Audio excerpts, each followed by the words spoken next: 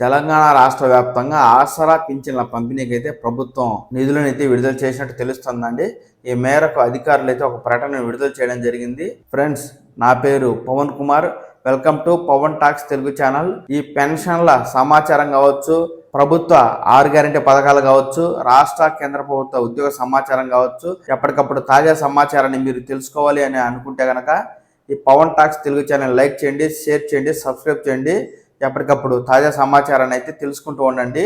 ముందుగా ఈ పెన్షన్ల సమాచారం అందరికీ తెలియడం కోసం ఒక లైక్ అయితే చేయండి ఫ్రెండ్స్. ఇలా లైక్ చేస్తే ఈ సమాచారం అనేది మరింత మందికి వెళ్ళడం అనేది జరుగుతుంది. తద్వారా ఈ విషయాన్ని ఎక్కువ మంది తెలుసుకోవడానికి వీలు కలుగుతుంది. అలాగే ఈ విషయంలోకి వెళ్తే, రాష్ట్ర వ్యాప్తంగా ఆసరా పెన్షన్ ఎవరైతే తీసుకుంటున్నారో అలాంటి వారందరికీ మార్చి 30వ తేదీ వరకు ఆసరా పెన్షన్లను పంపిణీ చేస్తామని చెప్పి అధికారులు అయితే తెలియజేస్తున్నారండి.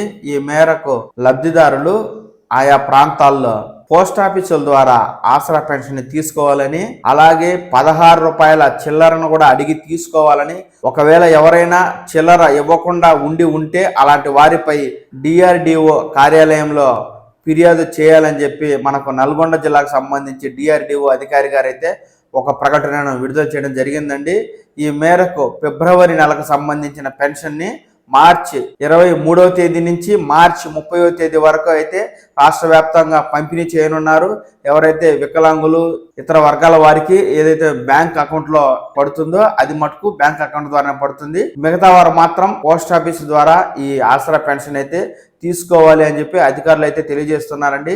ఎవరైతే ఆసరా పెన్షన్ పొందుతున్నారో అలాంటి వారు ఈ విషయాన్ని గుర్తుంచుకుని మార్చి 30వ తేదీ లోపల మీ సంబంధిత పోస్ట్ ఆఫీస్ అధికారులను సంప్రదించడం ద్వారా ఆసరా పెన్షన్ తీసుకోండి. ఈ నెల కూడా మనకు పాత పెన్షన్లే విడుదలైనట్టుగా తెలుస్తోందండి. కొత్తగా ఆసరా పెన్షన్ చేయుతగా మార్చి వృద్ధులు, వితంతువులకు 4,000, అలాగే వికలాంగులకు 6,000 రూపాయలు పెన్షన్ చేస్తామన్న పెన్షన్ అయితే పెంచలేదండి. దీనికి కారణం ఎలక్షన్ కోడ్ ఉండడమే. ఎలక్షన్ తర్వాత ఈ పెన్షన్లు అయితే పెంచుతారు. ప్రస్తుతానికి మనకు ఆసరా పెన్షన్ అయితే పాత పెన్షన్లు వస్తున్నాయి కనుక ఎవరైతే ఆసరా పెన్షన్ పొందేవారో ఈ విషయాన్ని గుర్తించుకుని మీ పెన్షన్ అయితే తీసుకోండి.